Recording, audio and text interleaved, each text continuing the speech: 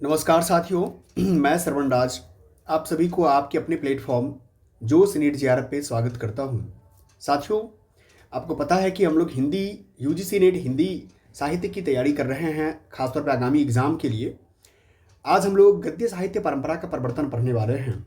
गद्य साहित्य परंपरा का प्रवर्तन का मतलब ये हुआ कि आधुनिक काल में यानी गद्य खंड के अंतर्गत हम लोगों ने इससे पहले 1900 से लेकर के कब से 1900 से लेकर के 1925 तक के तमाम चीज़ों को हम लोगों ने पढ़ने की कोशिश किया कि गद्य का विकास कैसे हुआ, गद्य का आविर्भाव कैसे हुआ। आज हम लोग पढ़ने वाले हैं 1925 से लेकर 1950 के बीच में गद्य साहित्य परंपरा का प्रवर्तन कैसे हुआ, ठीक है, इन्फोर्समेंट कैसे हुआ, लागू कैसे हुआ, उसको लेकर के हम देखेंगे कि क्या क्या चीज़ें बदलाव के मुख्य बिंदु रहे हैं। जब आप पूरे कंप्लीट कोर्स देखना चाहते हैं तो आपको हिंदी साहित्य के इतिहास आचार्य रामचंद्र शुक्ल की संपूर्ण निचोड़ जब प्लेलिस्ट में जाएंगे तो आपको इसी तरीके से मिल जाएगा। आप यहाँ से सब देख सकते हैं आदिकाल, भक्तिकाल, अढ़ीतिकाल, तमाम चीज़ों और आधुनिक काल का जो नए क्लास ऐड हो रहे हैं। साथ में यहाँ पर कोर्सेस की आप प्लेलिस्ट में जाएंगे तो आपको चीज़ें ये देखने को मिलेगा। Last 60 days JRF batch, crash course, zero to hero batch और यहाँ तक कि शुक्ल बैच भी यहीं पर मिल जाएगा। शुक्ल बैच में तमाम जितने भी शुक्ल जी का, आचार्य रामचंद्र शुक्ल की पुस्तक का यानी हिंदी साहित्य का जो इतिहास है, तमाम कोर्सेस यहाँ में आपको एक्सेस करने के लिए हो जाएगा। हम आगे बढ़ते हैं। आज हम लोग, जैसा कि मैंने शुरुआत में बताया आपको, कि आधुनिक गद्य साहित्य परंपरा का प्रवर्तन पढ़ेंगे हम लोग प्रथम उत्थान में, जिसका टाइम है संवत 1925 से लेकर 1950 के बीच में। ये देखिए, इस गद्य का प्रवर्तन का जो है सामान्य परिचय किस रूप में हुआ है, उस चीज़ों को हम लोग देखेंगे आज। यहाँ मुख्य तौर पे आप जानते हैं कि भारतेंदु हरिश्चंद्र का प्रभाव रहा है काशी के परंपरा से, क्योंकि आपको पता है कि दो चीज़ों को हम लोगों ने देखा था, एक पंजाब देखा था और एक काशी देखा था। तो जब हिंदी खड़ी बोली के बारे में कहा जाता है तो शुरुआत काशी से ही कहा जाता है, क्योंकि हिंदी साहित्य में भारतेंदु हरिश्चंद्र का काल माना जाता है वो, ठीक है। इसीलिए यहाँ हम लोग देखते हैं भारतेंदु हरिश्चंद्र का प्रभाव भाषा और साहित्य दोनों पर गहरा पड़ा था। उन्होंने जिस प्रकार गद्य की भाषा को परिमार्जित करके उसे बहुत ही चलता, मधुर और स्वच्छ रूप दिया, उसी प्रकार हिंदी साहित्य को भी नए मार्ग पर लाकर खड़ा कर दिया, ठीक है। क्योंकि आप जानते हैं कि भारतेंदु हरिश्चंद्र के नाम से भारतेंदु काल ही है, ठीक है। उस काल में यानी उतने कम वर्षों में इन्होंने जिस प्रकार से हिंदी को परिमार्जित करने की कोशिश किया, उस वजह से उनका काल ही बन गया था। उनके भाषा संस्कार की महत्ता को सब लोगों ने मुक्त कंठ से स्वीकार किया और वे वर्तमान हिंदी गद्य के प्रवर्तक माने गए। मुंशी तासुख लाल की जो भाषा साधु होते हुए भी पंडिताऊपन लिए थी, और लल्लू लाल के जो ब्रज भाषापन और सदल मिश्र की पूर्वीपन, ठीक है, राजा शिव प्रसाद का उर्दूपन शब्दों तक ही परिमित न था, वाक्य विन्यास तक में घुसा था। राजा लक्ष्मण सिंह की भाषा विशुद्ध और मधुर तो अवश्य थी, पर आगरे की बोलचाल का पूट उसमें कम न था। भाषा का निखरा हुआ सामान्य रूप भारतेंदु की कला के साथ ही प्रकट हुआ। भारतेंदु हरिश्चंद्र ने पद्य की ब्रजभाषा का भी बहुत कुछ संस्कार किया। पुराने पढ़े हुए शब्दों को हटाकर काव्य भाषा में भी बहुत कुछ चलतापन और सफाई लाई, ठीक है। आगे देखते हैं कि इससे भी बड़ा काम उन्होंने यह किया कि साहित्य को नवीन मार्ग दिखाया और वे उसे शिक्षित जनता के साहचर्य में ले आए। नई शिक्षा के प्रभाव से लोगों की विचारधारा बदल चली थी। उसके मन में देश हित, समाज हित आदि की नई उमंगें उत्पन्न हो रही थी। काल की गति के साथ साथ उनके भाव और विचार तो बहुत आगे बढ़ गए थे, पर साहित्य पीछे ही पड़ा था। भक्ति, श्रृंगार आदि पुराने ढंग की कविताएं ही होती चली आ रही थी। बीच बीच में कुछ शिक्षा संबंधी पुस्तकें अवश्य निकल आती थी, पर देश काल के अनुकूल साहित्य निर्माण का कोई विस्तृत प्रयत्न तब तक नहीं हुआ था। बंग देश मतलब बंगाल के बारे में बात हो रही है। बंग देश में नए ढंग के नाटकों और उपन्यास का सूत्रपात हो चुका था, जिसमें देश और समाज की नई रुचि भावना का प्रतिबिंब आने लगा। पर हिंदी साहित्य अपने पुराने रास्ते पर ही पड़ा था। भारतेंदु ने उस साहित्य को दूसरी ओर मोड़कर हमारे जीवन के साथ फिर से क्या किया, लगा दिया। इस प्रकार हमारे जीवन और साहित्य के बीच जो विच्छेद पड़ रहा था, क्योंकि अलगाव जो था, उन्होंने दूर कर दिया अलगाव को। हमारे साहित्य को नए नए विषयों की ओर प्रवृत्त करने वाले हरिश्चंद्र ही हुए हैं, क्योंकि इनका इसी कारण से हरिश्चंद्र जो भारतेंदु काल दिया गया। उर्दू के कारण अब तक हिंदी गद्य की भाषा का स्वरूप ही झंझट में पड़ा था। राजा शिव प्रसाद और राजा लक्ष्मण सिंह, क्या है, राजा शिव प्रसाद और राजा लक्ष्मण सिंह ने जो कुछ लिखा था वो एक प्रकार से प्रस्ताव के रूप में था। जब भारतेंदु अपनी मर्जी जब भारतेंदु अपनी मजी हुई परिष्कृत भाषा सामने लाए, तब हिंदी बोलने वाले जनता को गद्य के लिए खड़ी बोली का प्रकृत साहित्यिक रूप मिल गया और भाषा के स्वरूप का प्रश्न न रह गया। प्रस्ताव काल समाप्त हुआ, भाषा का स्वरूप स्थिर हुआ। भाषा का स्वरूप स्थिर हो जाने पर जब साहित्य की जनता कुछ परिमाण में हो लेती है, तब तभी शैलियों का भेद, लेखकों की व्यक्तिगत विशेषताओं आदि लक्षित होती है। भारतेंदु के प्रभाव से उनके अल्प जीवन काल के बीच ही लेखकों का एक खासा मंडल तैयार हो गया, जिसके भीतर पंडित प्रताप नारायण मिश्र, उपाध्याय बद्री नारायण चौधरी, ठाकुर जगमोहन सिंह, पंडित बालकृष्ण भट्ट मुख्य रूप से गिने जाते हैं। इन लेखकों की शैलियों में व्यक्तिगत विभिन्नता स्पष्ट लक्षित हुई। भारतेंदु में ही हम दो प्रकार की शैलियों का व्यवहार पाते हैं। उनकी भावावेश की शैली दूसरी है और तथ्य निरूपण की दूसरी। यानी देखिए, भावावेश अलग है और तथ्य निरूपण अलग है। भावावेश के कथनों में वाक्य प्रायः बहुत छोटे छोटे होते हैं और पदावली सरल बोलचाल की होती है, जिसमें बहुत प्रचलित अरबी फारसी के शब्द भी कहीं कभी कभी पर बहुत कम आ जाते हैं। जहाँ की अभी ऐसे प्रकृतस्थ भाव की व्यंजना होती है जो चिंतन की अवकाश भी बीच बीच में छोड़ता है। वहाँ की भाषा बहुत कुछ अधिक साधु और गंभीर होती है, वाक्य भी बहुत लंबे होते हैं, पर उनका अन्वय जटिल नहीं होता। तथ्य निरूपण या सिद्धांत कथन के भीतर संस्कृत शब्दों का कुछ अधिक मेल दिखाई पड़ता है। एक बात विशेष रूप से ध्यान देने की है, वस्तु वर्णन या दृश्य वर्णन में विषयानुकूल मधुर या कठोर वर्ण वाले संस्कृत शब्दों की योजनाओं की, जो प्राय समस्त और शानुप्रास होती है, चाल सी चली आती है। भारतेंदु में यह प्रवृत्ति हम सामान्यता नहीं पाते। पंडित बद्री नारायण मिश्र की प्रकृति विनोदशील थी, अतः उनकी भाषा बहुत स्वच्छंद गति से बोलचाल की चपलता और भाव भंगिमा लिए चलती थी। हास्य विनोद की उमंग में वह कभी कभी मर्यादा का अतिक्रमण करती, पूर्वी कहावतों मुहावरों की बौछार भी छोड़ती चलती। उपाध्याय बद्री नारायण चौधरी प्रेमघन के लेखों में गद्य काव्य के पुराने ढंग की झलक, रंगीन इमारत की चमक दमक बहुत कुछ मिलती है। बहुत से वाक्य खंडों की लड़ियों में से गथे हुए उनके वाक्य अत्यंत लंबे होते हैं, इतने लंबे कि उनका अन्वय कठिन होता था, पद विन्यास में और कहीं कहीं वाक्यों के बीच विराम स्थलों पर भी। ठीक है, अनुप्रास देख इंसा और लालू लाल का स्मरण होता है। इस दृष्टि से देखें तो प्रेमघन में पुरानी परंपरा का निर्वाह अधिक दिखाई पड़ता है। पंडित बालकृष्ण भट्ट की भाषा अधिकतर वैसे ही होती थी जैसे खड़ी खड़ी सुनाई में काम में लाई जाती है। जिन लेखों में उनकी चिचराहट झलकती है वे विशेष मनोरंजक है। नूतन पुरातन का वह संघर्ष काल था जिसमें भट्ट जी को चिढ़ाने की पर्याप्त सामग्री मिल जाया करती थी। समय के प्रतिकूल पुराने मूल विचारों को उखाड़ने और परिस्थिति के अनुकूल नए विचारों को जमाने में उनकी लेखनी सदा तत्पर रहती थी। भाषा उनकी चटपटी, तीखी और चमत्कार पूर्ण होती थी। ठीक है, ठाकुर जगमोहन सिंह की शैली शब्द शोधन और अनुप्रास की प्रवृत्ति के कारण चौधरी बद्री नारायण प्रेमघन की शैली में मिलती जुलती है। उसमें लंबे वाक्यों की जटिलता नहीं पाई जाती।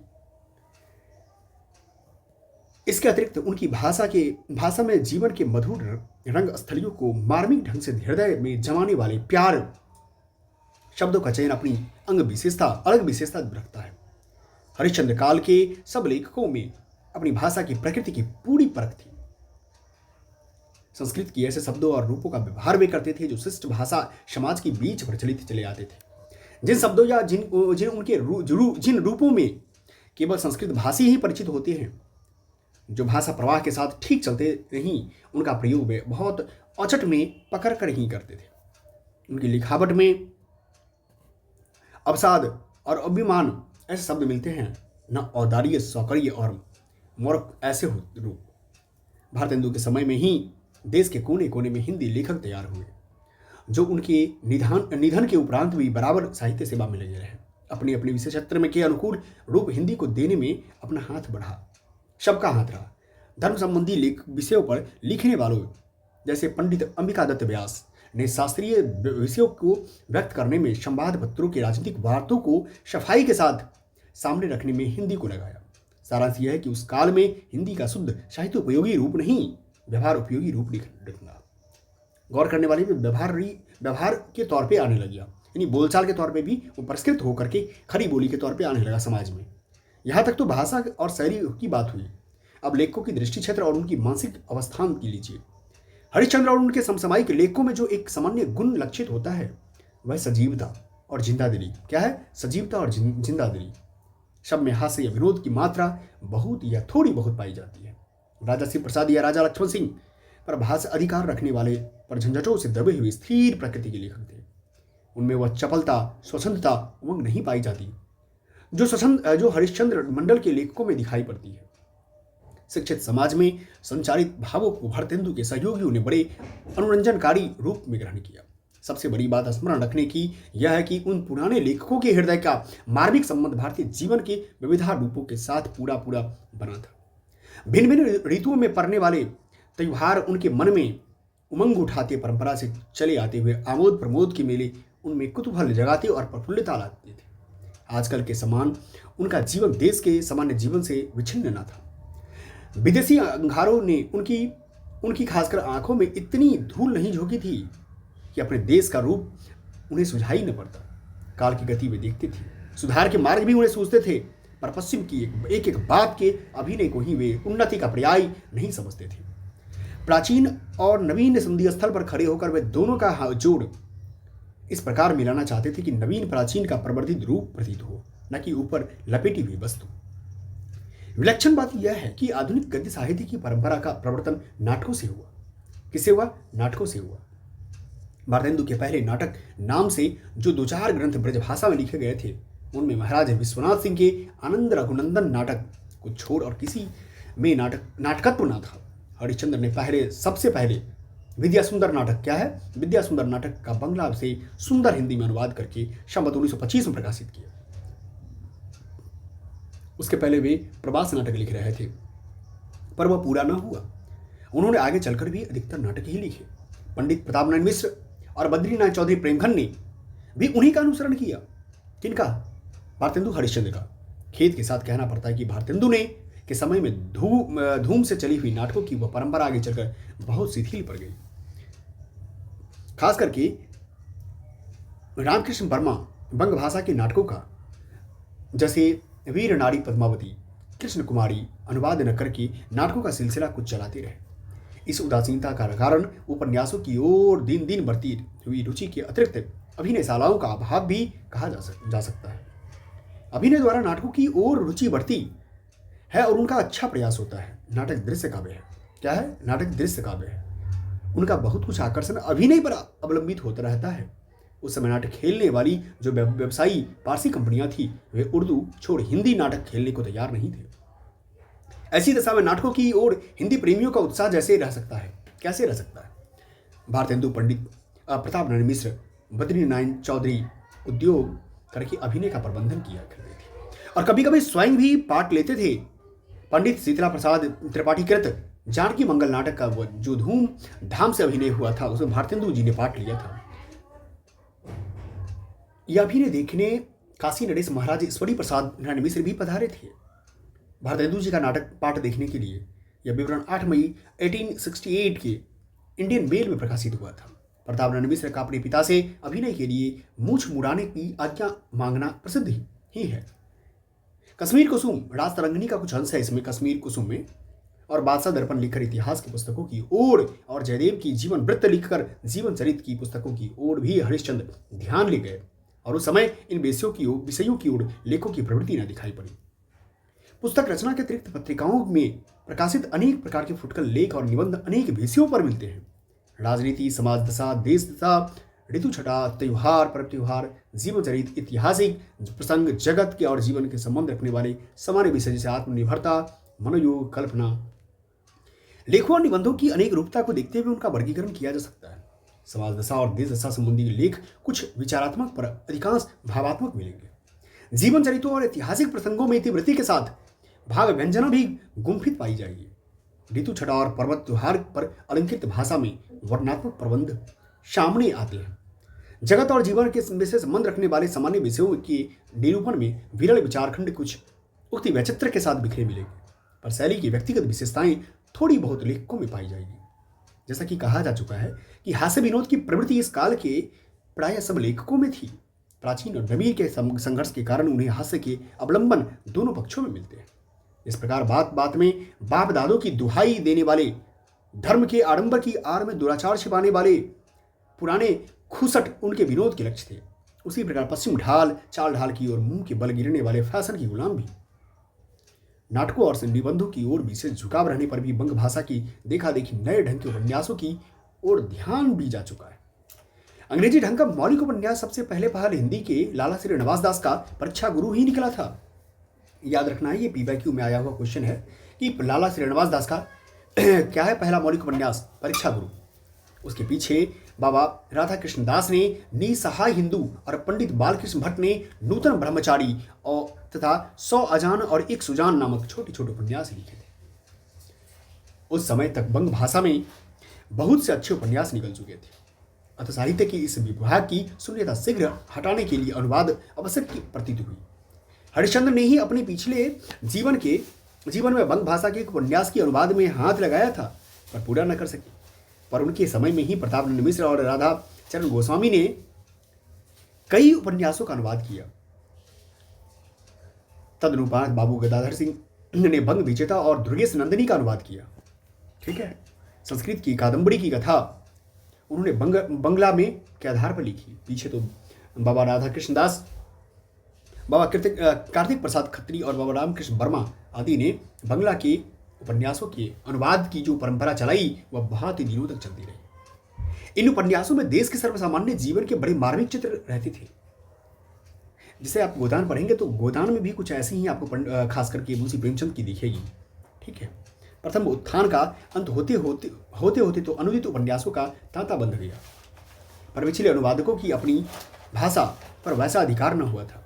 अधिकांश अनुवादक प्रायः भाषा की ठीक हिंदी रूप देने में असमर्थ रहे। कहीं कहीं तो बंगला के शब्द और मुहावरे का तक ज्यों के त्यों रख दिए जाते थे, जैसे कंदना, सेहराना, धातु करके आग जलना, धू करके आग जलना, छल छल आंसू गिरना इत्यादि। इन अनुवादों से बड़ा भारी काम यह हुआ कि नए ढंग के सामाजिक और ऐतिहासिक उपन्यासों के ढंग का अच्छा परिचय हो गया और स्वतंत्र उपन्यास लिखने की प्रवृत्ति और योग्यता उत्पन्न हो गई। हिंदी गद्य की सर्वतोमुखी गति का अनुमान इसी से हो सकता है कि 2500 पत्र पत्रिकाएं हरिश्चंद्र जी के जीवन काल में निकली, जिनके नाम नीचे दिए जाते हैं। अल्मोड़ा अखबार, हिंदी दीप्ति प्रकाश, जिसके संपादक का नाम देखना चाहते तो यहाँ देख सकते हैं आप।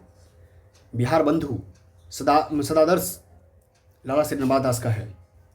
काशी पत्रिका, भारत बंधु, भारत मित्र जो जिसके कलकत्ता से प्रकाशित होता था और रुद्रदत्ता संपादक थे। मित्र विलास, हिंदी प्रदीप, ये तो पूछा गया क्वेश्चन। इसमें कई सारे आपको PYQ में मिल जाएंगे, इसीलिए मैं बोलता हूँ PYQ को चेक करने के लिए जो अपना प्लेटफॉर्म पे है PYQ से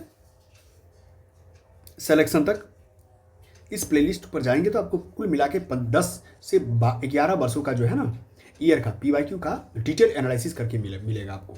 ठीक है, नेक्स्ट आता है आर्य दर्पण, सार सुधानिधि, उचित वक्ता, सज्जन कृति सुधाकर, भारत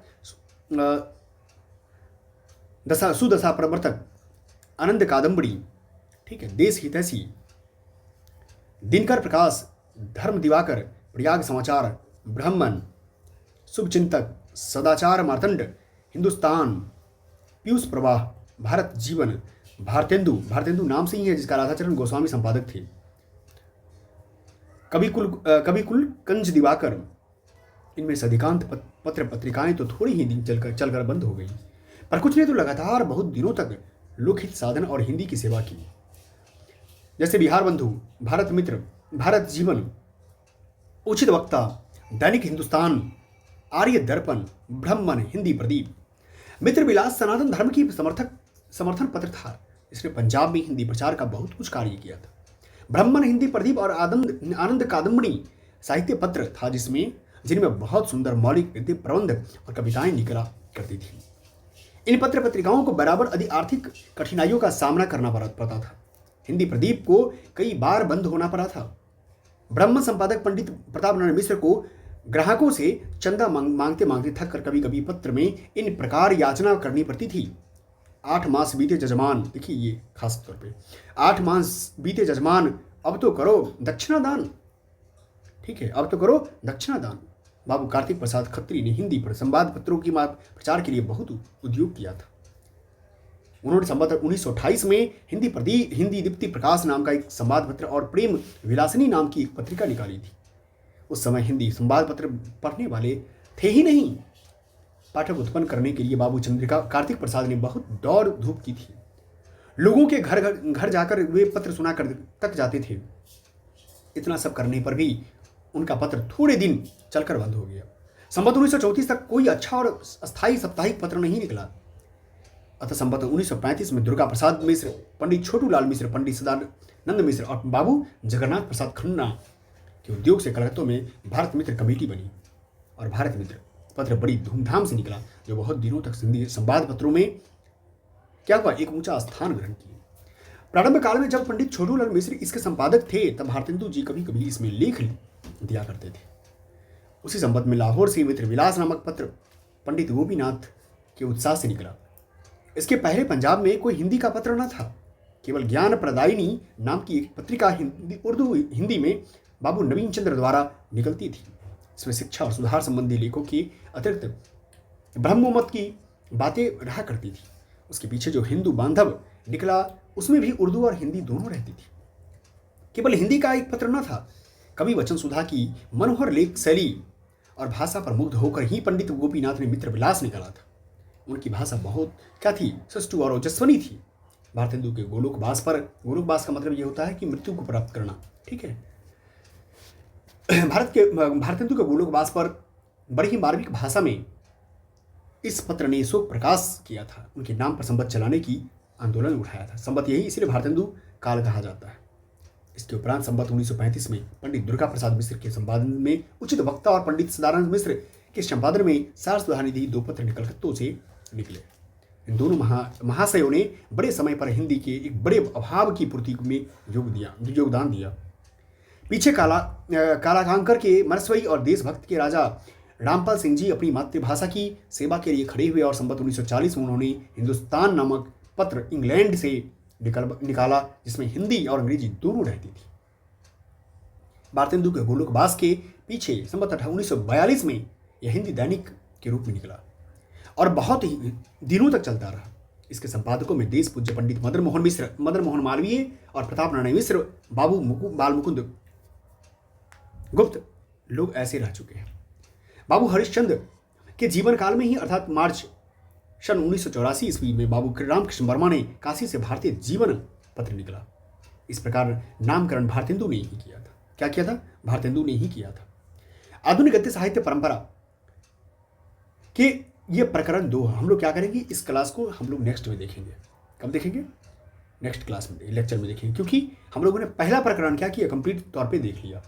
ये दूसरा प्रकरण की शुरुआत होती है, इसीलिए इसमें भी वही है, आधुनिक गद्य साहित्य परंपरा का प्रवर्तन प्रथम उत्थान और प्रकरण 2 गद्य साहित्य परंपरा का प्रवर्तन प्रथम उत्थान। ठीक है, अब हम लोग यहाँ से देखेंगे कि भारतेंदु हरिश्चंद्र जो है उनके बारे में विस्तृत जानकारी लेंगे कि इस प्रकार से भारतेंदु हरिश्चंद्र के नाम पर काल का जो दिया गया नाम, उनमें उनकी योग्यता क्या है, उनकी क्या कंट्रीब्यूशन है, तमाम चीज़ों को लेकर के हम लोग नेक्स्ट क्लास में देखने वाले हैं आपके सामने। ठीक है,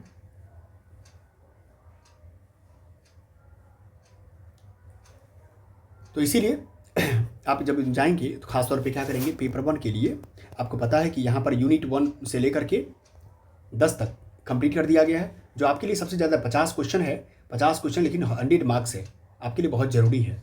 उसके बाद पेपर 2 यदि आपका विषय हिंदी है, ठीक है, जिसका कोड 20 होता है, तो फिर आपके लिए क्या है, ये क्लासेस बहुत ही VVI है, क्योंकि यहाँ से आपका 2 चीज़ मिल जाता है। यहाँ सबसे बड़ी बात कॉन्सेप्ट मिल जाता है, ठीक है, प्लस PYQ मिल जाता है, यानी क्वेश्चन, कॉन्सेप्ट प्लस क्वेश्चन,